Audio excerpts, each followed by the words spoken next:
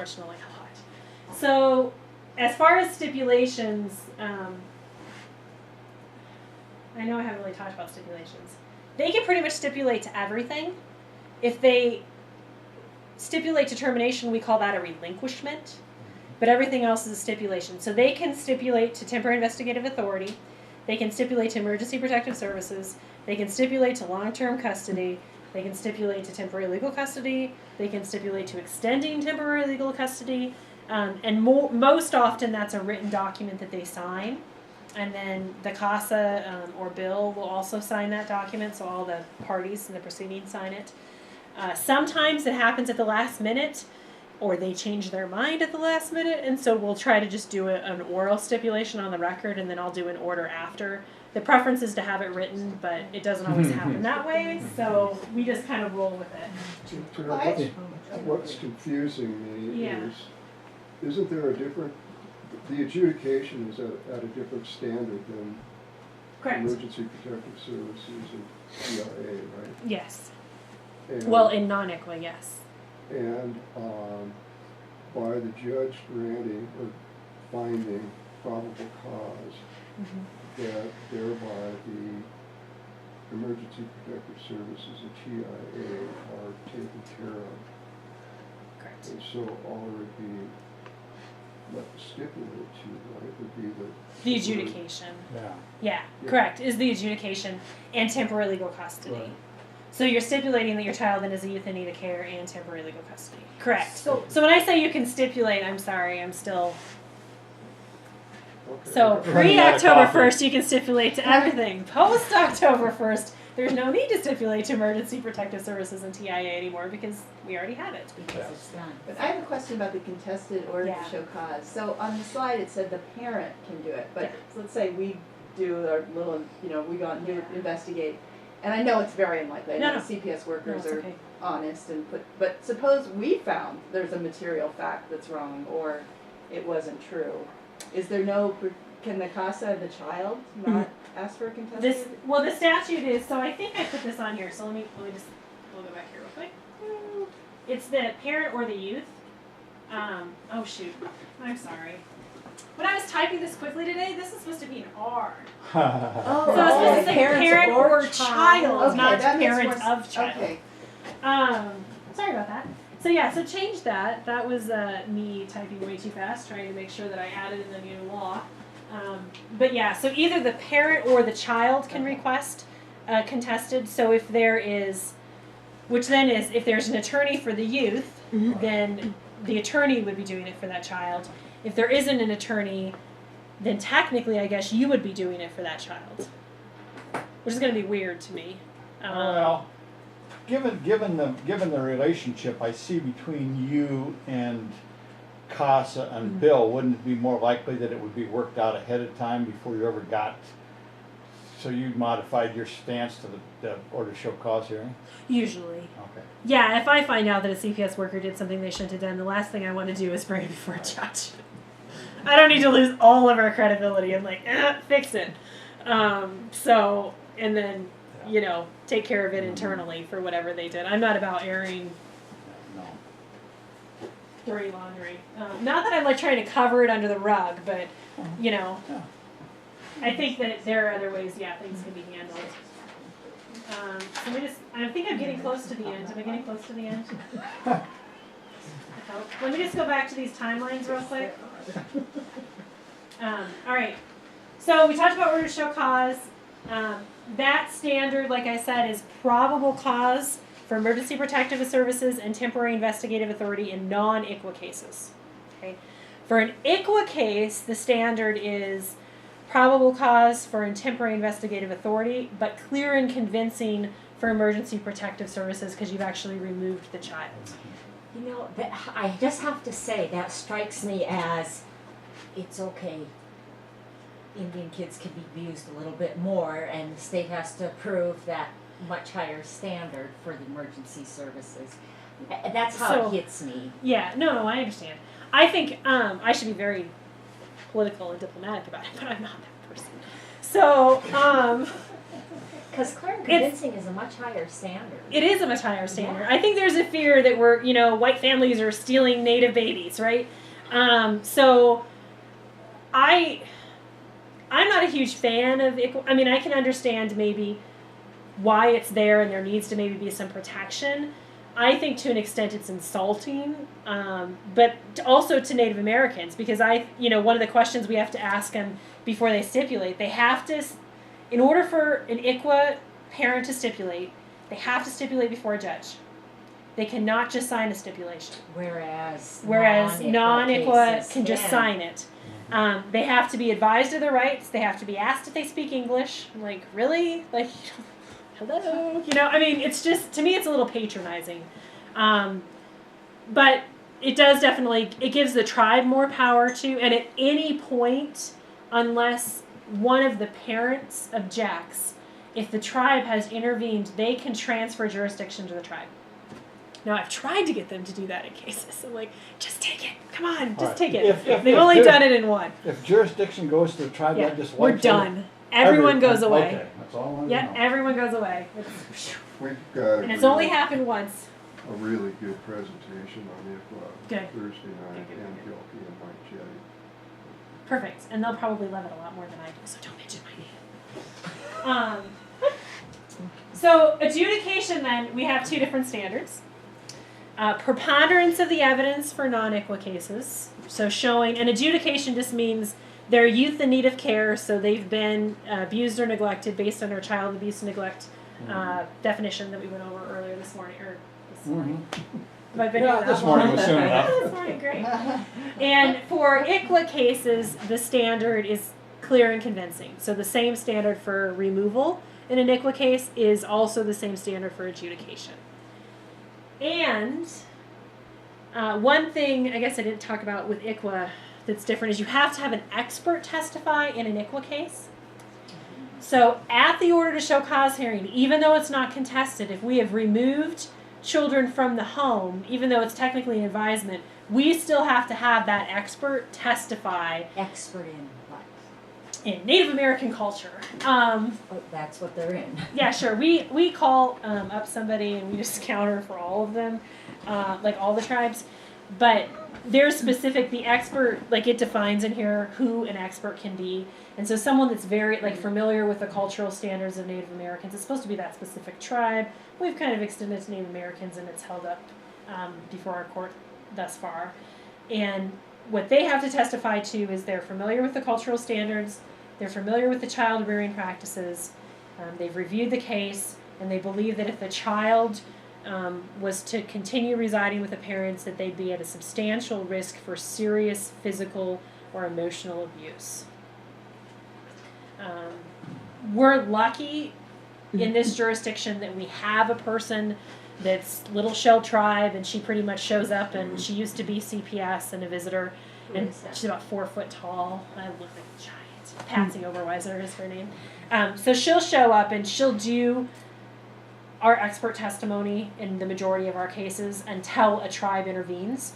Once a tribe intervenes, then we use that tribal expert when we're allowed. Now, so like Fort Peck, they won't ever testify. They think it has to be a psychologist. I'm like, do you know any psychologists that meet these standards?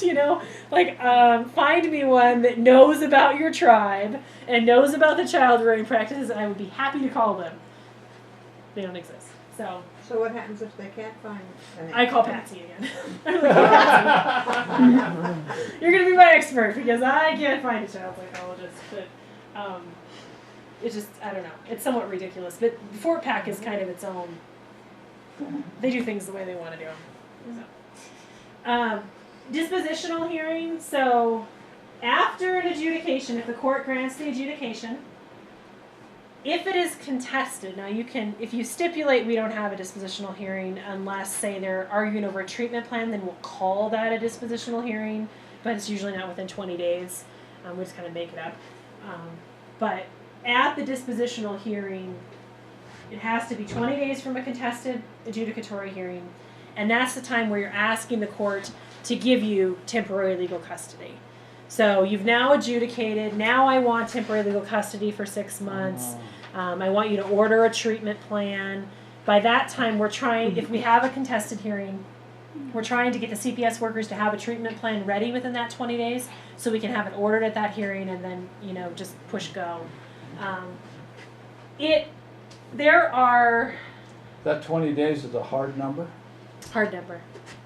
Yeah. But if we've stipulated, say in a case where we've stipulated everything, we end up not having an adjudication hearing and we don't have a dispositional hearing, but say we're 2 months into it and we haven't had any hearings except for the initial order to show cause with the advisement of rights, and the parent doesn't want to sign the treatment plan, like I'm not signing it, Yeah. then we can motion the court for a hearing to consider the treatment plan, and we consider that a dispositional hearing. Okay. Now, the reason we consider that is there's also different, not only are there different standards, and the dispositional is really just what's in the best interest of the child.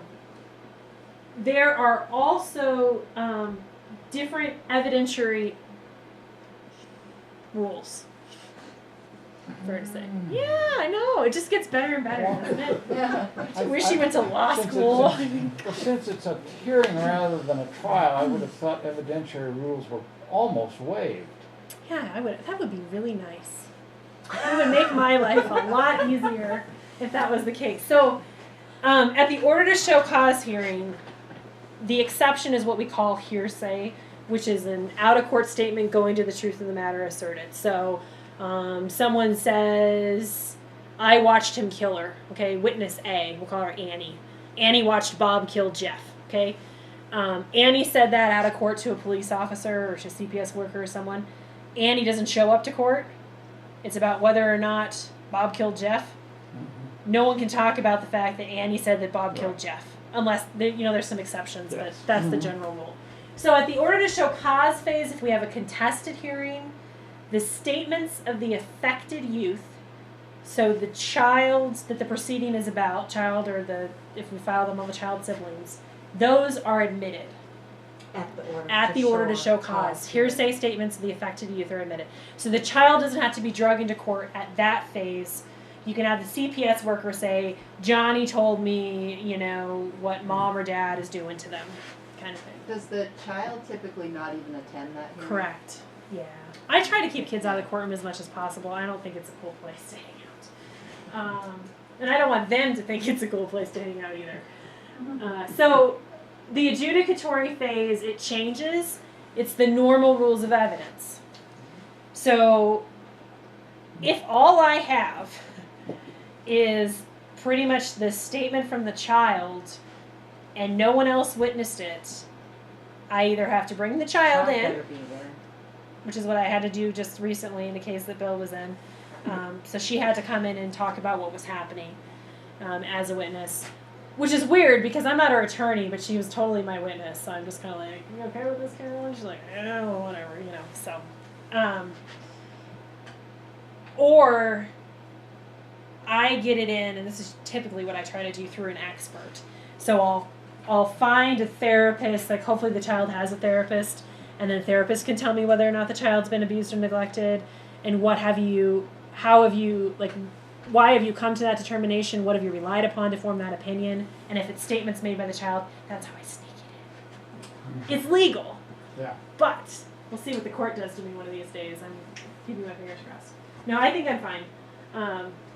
If I do it that way. Now, if I just had Grandma get up there and say it, I would be really in big trouble. The judges don't get this, by the way. I adore Carolyn. She could do whatever she wanted. She got in hearsay left and right. Nobody objected. She was just like the master up there. I get up there and all of a sudden I'm like, oh, rules, damn it, I have to follow them. So, anyway, don't tell Carolyn I said that. She might take that the wrong way. I'm more in awe of her than anything else, that I can't get away with it. But so dispositional is everything goes. Pretty much hearsay is admissible. It'd be similar to a sentencing hearing in a criminal case. So at a dispositional, we can talk about what anybody told us at any time. And that way it makes it really easy. I can just put the CPS worker on the stand to talk about it. And I don't have to call in the therapist and all these people because we're just in this dispositional phase. Okay, so review hearing every 6 months. If it's still equal, I have to call my expert again. and see, okay, keeping the kid out of the home, if they're still out of the home, is this, and serious emotional, physical damage. As far as review, I can review because they need to work on their treatment plan. They have a treatment plan. They need additional time for their treatment plan, or the child's circumstances require us to extend custody for an additional period of time. And then permanency is every 12 months. That's in the state statute, but it's also a federal mandate of sorts. In order to get federal funding, if a child is removed out of the home, we have to have a permanency plan every 12 months or we lose our funding. And I think I have it here what the different dispositions and permanency plans are. So let me see if I can just go through that real quick. All right. So types of dispositions, this is the most common. Under the statute, it lists a lot of things that we can do. We can get a guardian. We can do all sorts of things. But what happens in this jurisdiction, what you're going to see the majority of the time, is that legal custody is given to the department for 6 months, and we do a treatment plan with the parent. Okay. Less common that we also have done in more recently than not is order placement with a non-custodial parent and dismiss the proceeding. So we've done that in situations where, actually the two that I can think of were both teenage girls, sexual abuse with the stepfather or boyfriend. Dad had pretty much been out of the child's life. Dad finds out about it, wants to re-engage. We work through a therapeutic reunification. Child wants to live with dad. Dad seems appropriate. Mom's probably not going to protect. We ship child off with dad, and then we get out of it. Okay, so you really are getting out of it. You're not shipping child off to dad for 6 months and maintaining temporary leave custody. No, that is an option though. We can do that one too. We could do temporary placement with a non-custodial parent, Okay. pending the completion of the treatment plan by the custodial Okay. parent that we're working with. So that's an option. We haven't done that before. We try to close our cases out. I don't know if that's a good thing or not. But I'm like, oh, they look happy. All right, let's go. Let's get out of here. And then we just keep our fingers crossed that we don't see them again. So, like I said, I don't want to steal kids. We have too much to do. All right, so termination. I've talked about this a lot, so I'm not going to talk about too much. But parents have relinquished, so they voluntarily decided that it's in the best interest of their child to give up custody. The child was abandoned. We talked a lot about abandonment and the kind of different definitions there. This is kind of a strange one, but I don't know. It must have been a case that happened that someone brought to the legislature. One of those examples that you just have this law all of a sudden. But a parent is convicted of sexual intercourse without consent, and the child is the result of the offense. I cannot think of a case. Have you ever dealt with this before, Bill? I cannot even think of a case where this is ever applied. What do you mean by that? The child is a result of a... Well, so basically mom was raped, even though Right. that's not the term that we use, but sexual intercourse without consent, got pregnant as a result of that assault. We can then terminate on this person. Oh, okay. But we're never going to get involved in that life unless mom has some issues as to why we're getting involved, Right. Because I have a case like that, but it's not here. Oh, you But do? biological brother raped her and has a baby. And so it's been in 4 years now almost. But yeah. And his rights have been terminated. Oh, they have been? Yeah. Okay. But now we're working with her. Oh, okay. Yeah. So that's Wow. amazing that Yeah. it happened. So, yeah, so that can happen. Parents subjected child to aggravated circumstances. Those are the things I listed earlier about the chronic abuse. So that's a way that we can terminate. And in doing that, we also have to do a determination that reunification services may not be provided. So it's kind of a double petition. If we're going to do it on an aggravated circumstance, we also have to ask the court, listen, there's an aggravated circumstance that's occurred. We don't want to have to reunify. Will you give us the permission? And then if we haven't filed determination in conjunction with that, we have 30 days from that court's determination if they grant our request to file a petition to terminate. I don't expect you to remember. Yes. Okay. I'm surprised I remember half of this. Putative father, basically we don't know who the dad is. We talked about that a little bit. And so child I thought punitive meant you alleged. yes. Yeah. Well, to me, it means we don't know who he is alleged, but we don't really know. Oh, okay. I think it was Johnny at the bar. Well, we don't know who Johnny is, you know. So I mean, Oh, see, I thought it was more alleged than that. okay, well, there can be more alleged than that. There can actually be a name. Yeah, there can be a name of a person, but Okay, like yeah. say it was. I'm pretty sure it was this person. I'm not certain. There's no one on the birth certificate. There's no Yeah. acknowledgement of paternity. They haven't been paying child support. There's nothing to. Okay, in Submit other them to words, this because child, but mom- there's, you know, you're terminating father's rights because there's really no clear indication, despite people think he probably is, that he is. Correct. So, like, Okay. we haven't been able to find I'm him, clear- I'm basically, is clear. what happens. If we can, now, if there's an alleged dad, like in the case where we had the 3 dads, we'll just kind of say, okay, who do we think it's most? Let's do a paternity test on them first. And, you know, so we spend less money. Okay, which one do you really think is the dad versus not the dad? And we'll try to eliminate. But if we can't find him, if he's just alleged, she has a Yeah. name, she knew he lived in Montana at one point, has no idea where he is now, and we Yeah. can't locate him, then he's Terminated. Okay. Yeah. Yeah, I understand. All right. Oops, sorry. Permanency options. Okay, so as far as permanency, obviously we can reunify. This might be a matter of semantics, but if we haven't terminated yet, even if we're planning on terminating, we still have to say that the permanency plan is reunification, and then we have a concurrent plan of adoption or guardianship or something else, because legally we can't ask the court. I think it would be strange to say, hey, court, find that adoption is in the best interest before you've even determined that you should terminate. You can't imagine that would look very good if it went up on an appeal. So we kind of do a concurrent plan at that point. Right. Figure out which. Jeez. Okay. Hold on. There we go. Permanent placement with a non-custodial parent. We talked about that. So that can be a permanency option. If we haven't dismissed, if we've dismissed, then we don't care. We're not having permanency plans, right? But if it's the case where we're keeping it open so that the other parent can work the treatment plan, then we'll have that as a permanency plan. Adoption, obviously we can only adopt if parental rights are terminated. Otherwise, no adoption doesn't work out very well. Guardianship, we can do that if parental rights are terminated or if we have long-term custody. We could also just do a petition for guardianship without long-term custody. That doesn't happen very often. If it looks like we're going to do like a petition for guardianship, we usually try to do that before we ever file. So why don't you just give guardianship to your mom or whoever, and then we won't file That's and kind get of like involved. a stipulation then?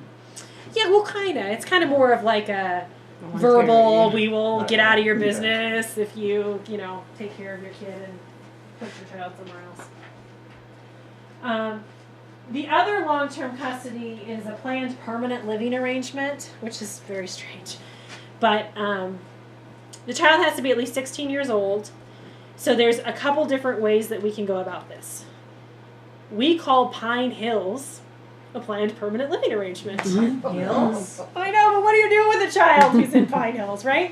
I mean, the permanency plan isn't reunification if we've terminated. So in a case where we've terminated parental rights, they've kind of chosen, for lack of a better term, their residence. That's what we call it. I don't know what else to call it. I mean, we don't have like an incarceration as a plan, like as a permanency plan. So if you hear that, I mean, it sounds strange, but that's what we kind of reframe it. Well, that's a planned permanent living arrangement, Judge. Does that very often occur with kids that are not in some sort of legal trouble of their own? Oh, no. They only go to in order to go to Pine Hills, like they have to have been placed there by juvenile probation and by the courts. We're not placing them there. It's not like we're saying, well, we don't have anywhere else for you to go, so you're going to Pine Hills. I No, I know. I understand, I was just making sure that was one of the, Yeah, they have to be determined to be a serious juvenile offender. They have to have either committed a felony offense or 4 misdemeanors within the last year, and that there's no less restrictive alternative that's better for them. And their sentence Correct, their sentence is going Pine to Hills. be till Department they're of 18. Corrections. Correct. well, Yeah. I asked that because I'm from Miles City. Oh, Born and okay. raised, and happen to So belong you're to the very same familiar with church plans. as just about everybody who worked out there. Yeah. For whatever reason, it just seemed strange. But all of them said, we never end up with kids long-term, other than kids whose parents just flat don't want them at home. Yeah. Well, there's probably I'd say there's probably And that a was a lot long of time truth to ago, that. so things have probably changed. too. Yeah, I would say there's truth to that. I think there are some pretty serious juvenile offenders out there, depending upon their crime. I don't want to get started. I hate the juveniles. I did youth court for years, and I still do the sex offenses in youth court. So I really think our juvenile system is like messed up, and I could talk about that forever. But anyway, I think sometimes we're making them into mini criminals, Talk and about yeah. abused children, so. Yeah, right. No, let's talk about that. That's such a much more happy topic. So the other kind of planned permanent living arrangement is that unfortunately, we have some children that never find a permanent home. You know, whatever happened to them, unfortunately, messed them up to the point where they're just not able to bond with anybody else. And so in some of those situations, we have, where I don't even know if they still have funding for this, but for a while they had money where they could get an apartment and kind of live on their own. And so we call that, that's traditionally what a planned permanent living arrangement is supposed to be, is us kind of helping to support them and them getting a job and, kind of living as an adult. We also call Open Gate Ranch a planned permanent living arrangement, and that's a kind of it's not really a group home, but I don't know how else to describe it. It's this couple that takes in these kids on this ranch, and they have kind of like this extended family, and they take just how many, up to 10 kids? 8 kids? 8 kids.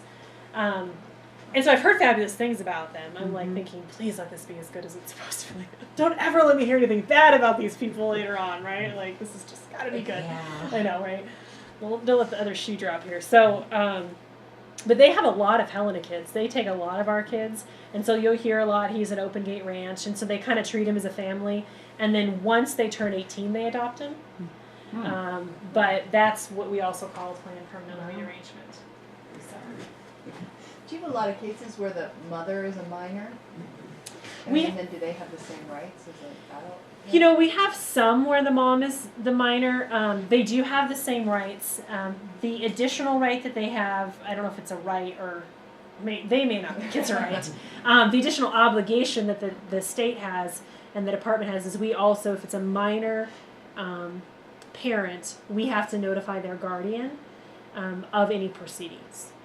So they get an attorney appointed as a minor, just as they were with a parent, but we also have to serve notification to their mother, dad, grandma, whoever their guardian is, that this proceeding is occurring. So, and we've actually just recently, we had 2 come through that were minors. So we haven't had any in a while, but and a lot of those we try to get into Florence Crittenton. We're very fortunate, I think, to have Florence Crittenton here. So once we get them there, as long as they stay, don't escape through the window like some of them, we're good to go. So dismissal. Now, obviously, we can dismiss before this occurs. Okay, we try to dismiss before these 3 things are met. But if these 3 things aren't, if we haven't dismissed, if the child has been reunited with the parents, the child remains in the home for at least 6 months with no additional confirmed reports of abuse or neglect, and the department determines that the issues leading to the department intervention have been resolved, we are required, the court is required to dismiss the case. So it's kind of just like a safety net, I think, of sorts. Most cases we dismiss way before this happens. Sometimes trial home visits 3 months, 4 months. Sometimes we'll go up to 6 months if we have some serious concerns. But then the department still has concerns that we're working through. So are we involved up to the dismissal Yes. stage? All the so way, if yep. there's whatever you call it, but temporary reunification to kind of see if like a everything's trial home visit is what we Trial call it. home Yep, visit. trial home visit. we're still involved. Yes, you're still involved. Until it's actually dismissed from the court, Okay. you're involved. Which may mean you may be involved for a year, and you may be involved for 16 years. Depending upon how long you last, and how long the kid lasts in the system. We had some we just closed out this year. I was like, oh, thank God they finally turned 18. It's like 1992 or something. And is that even like, Seriously? maybe that's way too early. But there was a 1992 because we initially filed, the Montana Supreme Court has required that we now file petitions on every single child, an individual petition. But before we used to file a joint petition, so we get this number, and then there were a bunch of siblings that came along that were stuffed into the same petition. So we finally just got rid of one. I'm like, well, you graduated out of our system. You know, I mean, it's sad. I'm excited to close my file. I feel horrible for the child, but I am excited too. We can move this to a different drawer now. What does Casa do? I mean, like what she was talking about, the home visit. What'd you call it? Trial home visit? Yes, trial home visit. You said Casa was still involved. Yeah, What you're is still- Casa doing? Well, so you're still talking to the parents. You would be observing the child in the home. Making sure that really is in their best Yeah, interest. right. Okay. Yep, you're Okay. still doing that Same same thing, thing the whole time through. And sometimes, you know, we've had cases where we had one that made a bunch of us really, really nervous. The CPS worker decided to try the trial home visit, and I'm sitting there thinking, oh God, this is really a good idea. And so Bill and Peter was the attorney for the youth at that time. Like, we organized kind of this one person has to be in the house at least every day for a short period of time to make sure that this kid is okay. Like, that's kind of like the opposite of what a trial home visit should be, right? Like, a trial home visit should be less involvement, and we were like, get him in there, you know, because I don't want to see something horrible happen to this, because it was, you know, a small child, like, I don't know, 12 months, 15 months, I'm not sure exactly how old when he was, placed back in. And so in that case, that was kind of unusual. We actually had the CASA going into the home and kind of supervising a visit of sorts. But you can have as active as a role as you want, if that makes sense. But you still should be attending meetings at the very least and staying up on the case so that you can write your first And these parents have to let us in their home. well, Or they should. Technically, no one has to let you into their home. They should be letting me. You have the ability to go in there, but they could still slam the door in your face, and then you just need to, you know, like call Bill or, you know, the CPS worker or whatever and say, hey, so-and-so's not letting me in the home, what's going on? And like Bill said, it's a lot better to call and let them know you're coming. No Yeah. unexpected Yeah. just drop in. Yeah, Right. That's, don't drop in on yeah. parents. Let the CPS workers do that Yeah. with a law enforcement officer with them if they need to be. But you're not, like, you don't need to be. I'm not saying that I guess they're usually there are good cooperative parents out there, with- but Right. Because they want the Casa, child, because they're they- assuming. sometimes they're Assuming. cooperative. Assuming, yeah. Sometimes they're just not going to do anything. Like, they'll be marginal and they'll maybe be engaged for a while and they'll just decide, forget it, this is too much work, I'm not doing it. Or they'll have some serious issues. They'll have drug issues or alcohol issues where they try to correct their behavior, and then the dependency on that just becomes overwhelming. Or a lot of mental health issues. You know, there's a lot of reasons why parents end up doing what they're doing, and you know, talk about that forever too. So I'm not trying to be like totally judgmental, but I just don't want any of you like sacrifice your personal safety for this. So how long would you stay if a cast went out? I mean, like you were having somebody go out every day. Mm-hmm. I mean, you can go out and be there for 5 minutes. You really wouldn't see much. So how long do you stay normally? Well, I think that's probably something that Bill would probably be able to answer better than me, but I think in that case, I know Peter was staying for like maybe an hour or something and kind of talking to the parents and trying to engage them and kind of watching their behavior, but Yeah, that was a unique case. that was unique, yeah. Yeah, it was one where we were all sweating bullets. I don't think anyone was sleeping The well. safety was shot. So it's more, just going out and making sure the child is still alive. Right. And we ended up terminating. We ended up pulling out of the trial home visit, and we ended up terminating. Although we had to go through that twice.